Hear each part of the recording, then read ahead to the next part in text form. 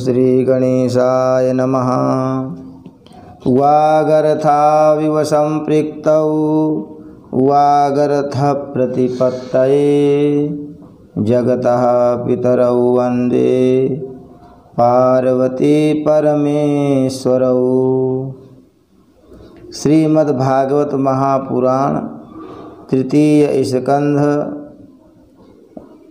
20वां अध्याय। ब्रह्मा जी की रची हुई अनेक प्रकार की सृष्टि का वर्णन। ओम नमो भगवते वासुदेवाय। शौनक उवाच। महीं प्रतिष्ठा मध्यस्य सौते स्वायंभुवो मनुः कान्यन्वतिष्ठद्वाराणि मार्गायावरजन्मनाम्। छत्ता महाभागवतः कृष्णस्यैकान्तिकः सुहृत् यस्तस्या जाग्रजं कृष्णे सापत्यमघवानिति। शौनक जी कहते हैं, सूत जी, पृथ्वी रूप आधार पाकर स्वयंभू मनु ने आगे होने वाली संतति को उत्पन्न करने के लिए किन किन उपायों का अवलंबन किया। विदुर जी बड़े ही भगवत भक्त और भगवान श्री कृष्ण के अनन्य सुहृद थे। इसीलिए उन्होंने अपने बड़े भाई धृतराष्ट्र को उनके पुत्र दुर्योधन के सहित भगवान श्री कृष्ण का अनादर करने के कारण अपराधी समझकर त्याग दिया था।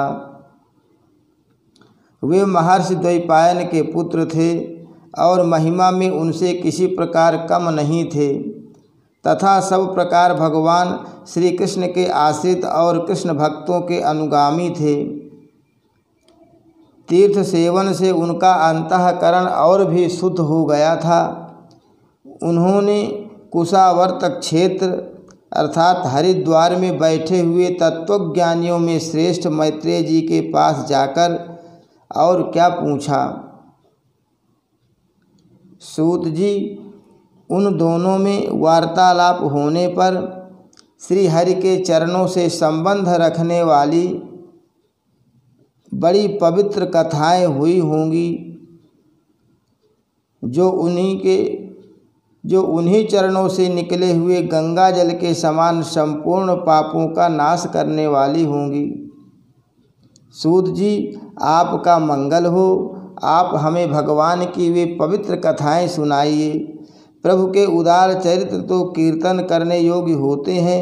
भला ऐसा कौन रसिक होगा जो श्री हरि के लीलामृत का पान करते करते तृप्त हो जाए।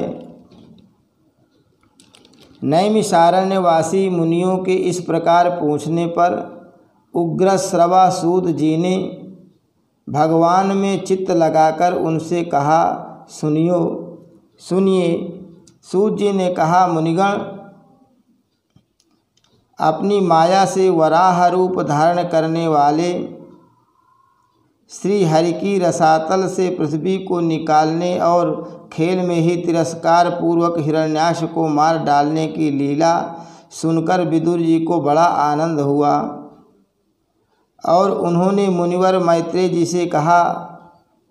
विदुर जी ने कहा, ब्रह्मन, आप परोक्ष विषयों को भी जानने वाले हैं, अतः यह बतलाइए कि प्रजापतियों के पति श्री ब्रह्मा जी ने मरीचि आदि प्रजापतियों को उत्पन्न करके फिर सृष्टि को बढ़ाने के लिए क्या किया।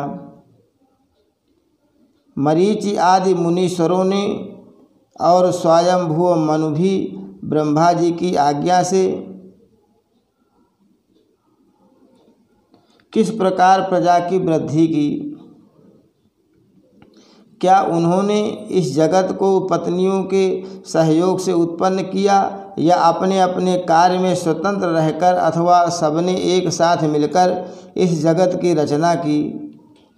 श्री मैत्रेय जी ने कहा, विदुर जी, जिसकी गति को जानना अत्यंत कठिन है, उस जीवों के प्रारब्ध, प्रकृति के नियंता पुरुष और काल, इन तीन हेतुओं से तथा भगवान की सन्निधि से त्रिगुणमय प्रकृति में क्षोभ होने पर उससे महत्तत्व उत्पन्न हुआ। दैव की प्रेरणा से रजः प्रधान महत्तत्व से वैकारिक, सात्विक, राजस और तामस तीन प्रकार का अहंकार उत्पन्न हुआ। उसने आकाश आदि पांच पांच तत्वों के अनेक वर्ग प्रकट किए। पंच तन्मात्रा, पंच महाभूत, पांच ज्ञानेंद्रिय, पांच कर्मेंद्रिय और उनके पांच पांच देवता, इन्हीं 6 वर्गों का यहाँ संकेत समझना चाहिए। वे सब अलग अलग रहकर भूतों के कार्य रूप ब्रह्मांड की रचना नहीं कर सकते थे, इसलिए उन्होंने भगवान की शक्ति से परस्पर संगठित होकर एक सुवर्ण वर्ण अंड की रचना की। वह अंड चेतना शून्य अवस्था में 1000 वर्षों से भी अधिक समय तक कारणाब्धि के जल में पड़ा रहा। फिर उसमें श्री भगवान ने प्रवेश किया।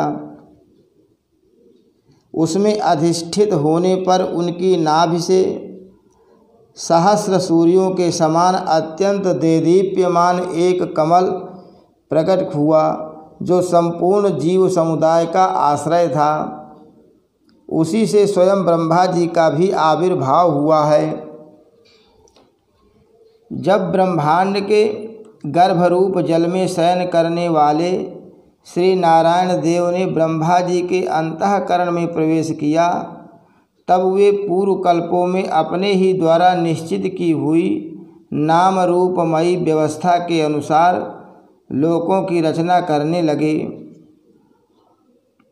सबसे पहले उन्होंने अपनी छाया से तामिश्र, अंधतामिश्र, तम मोह और महामोह,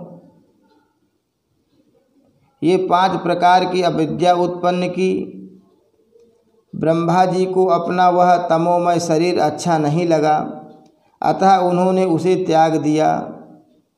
तब जिससे भूख प्यास की उत्पत्ति होती है, ऐसे रात्रि रूप उस शरीर को उसी से उत्पन्न हुए यक्ष और राक्षसों ने ग्रहण कर लिया।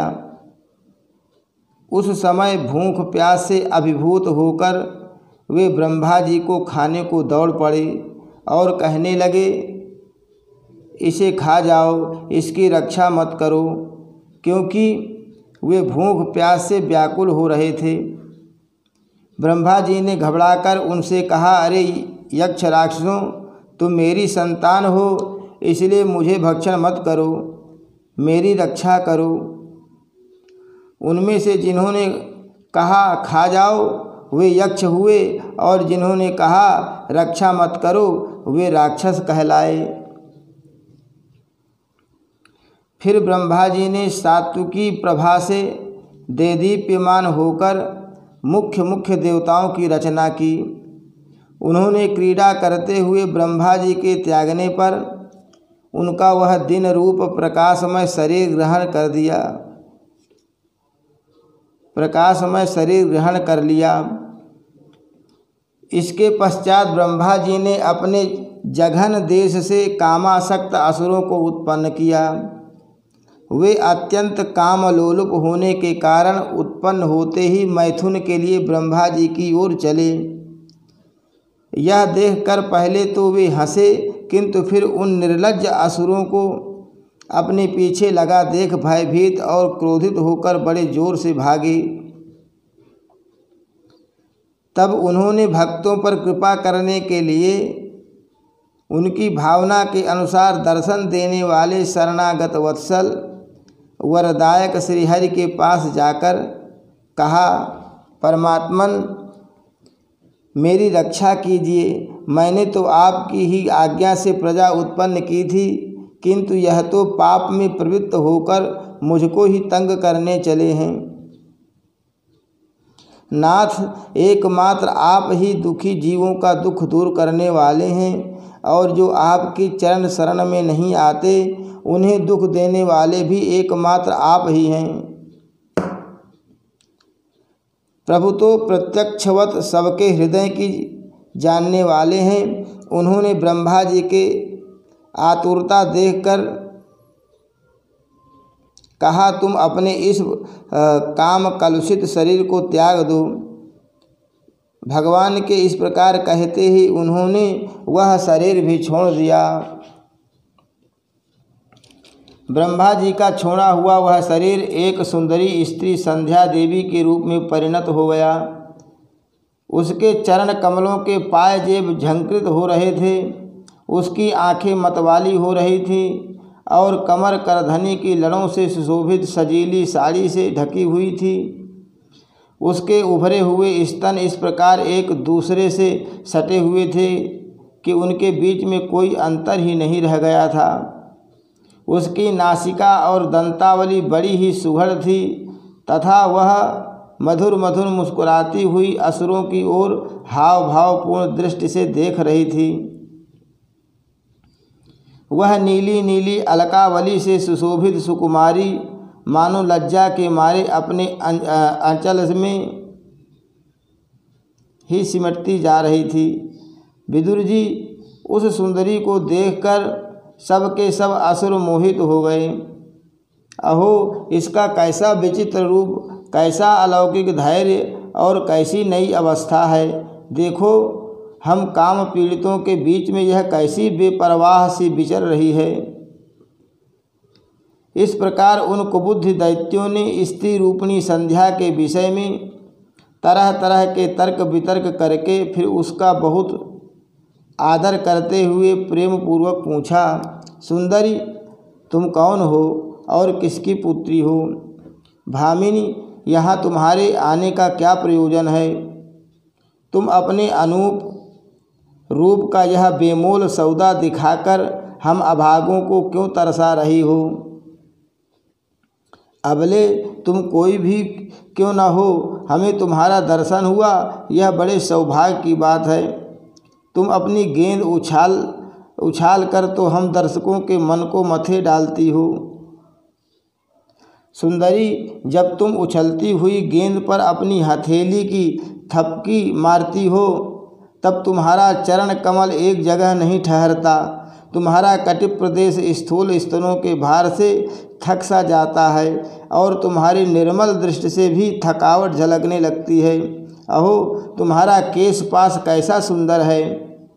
इस प्रकार स्त्री रूप से प्रकट हुई उस सायंकालीन संध्या ने उन्हें अत्यंत कामासक्त कर दिया और उन मूढ़ों ने उसे कोई रमणी रत्न समझकर ग्रहण कर लिया। तदनंतर ब्रह्मा जी ने गंभीर भाव से हंसकर अपनी कांतिमयी मूर्ति से, जो अपने सौंदर्य का मानो आप ही आस्वादन करती थी, गंधर्व और अप्सराओं को उत्पन्न किया। उन्होंने ज्योत्सना चंद्रिका रूप अपने उस कांतिमय प्रिय शरीर को त्याग दिया। उसी को विश्वावसु आदि गंधर्वों ने प्रसन्नता पूर्वक ग्रहण किया। इसके पश्चात भगवान ब्रह्मा ने अपनी तंद्रा से भूत पिशाच उत्पन्न किए। उन्हें दिगंबर वस्त्रहीन और बाल बिखरे देख उन्होंने आंखें मूंद ली। ब्रह्मा जी के त्यागे हुए उस जम्भाई रूप शरीर को भूत पिशाचों ने ग्रहण किया। इसी को निद्रा भी कहते हैं, जिससे जीवों की इंद्रियों में शिथिलता आती देखी जाती है। यदि कोई मनुष्य झूठे मुँह सो जाता है तो उस पर भूत पिशाचादि आक्रमण करते हैं, उसी को उन्माद कहते हैं। फिर भगवान ब्रह्मा ने भावना की कि मैं तेजोमय हूँ और अपने अदृश्य रूप से साध्यगण एवं पितृगण को उत्पन्न किया। पितरों ने अपनी उत्पत्ति के स्थान उस अदृश्य शरीर को ग्रहण कर लिया। इसी को लक्ष्य में रखकर पंडित जन श्राद्धादि के द्वारा पिता और साध्य गणों को क्रमशः कव्य, पिंड और हव्य अर्पण करते हैं।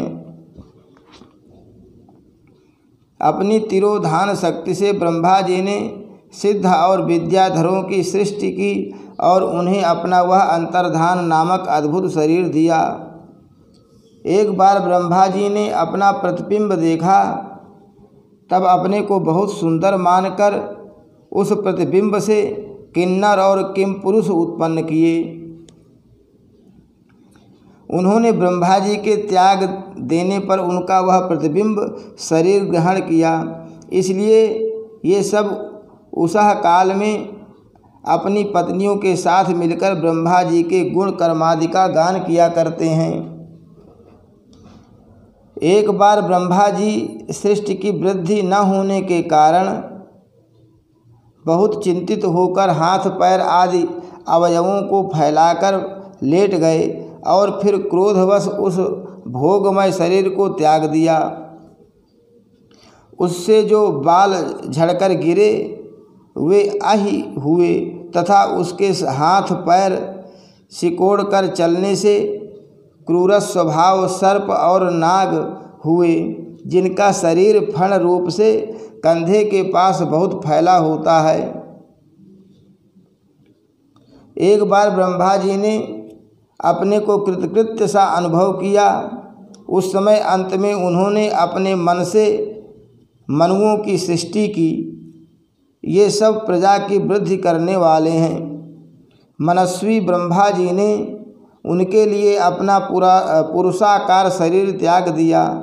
मनुओं को देखकर उनसे पहले उत्पन्न हुए देवता गंधर्वादि ब्रह्मा जी की स्तुति करने लगे।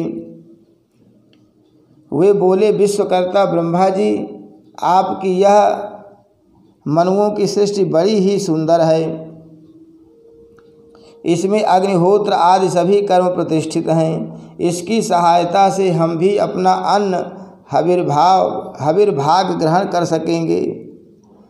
फिर आदि ऋषि ब्रह्मा जी ने इंद्रिय संयम पूर्वक तप विद्या योग और समाधि से संपन्न हो अपनी प्रिय संतान ऋषिगण की रचना की और उनमें से प्रत्येक को अपने समाधि योग ऐश्वर्य तप विद्या और वैराग्यमय शरीर का अंश दिया। हरि शरणम। श्री कृष्णार्पणमस्तु।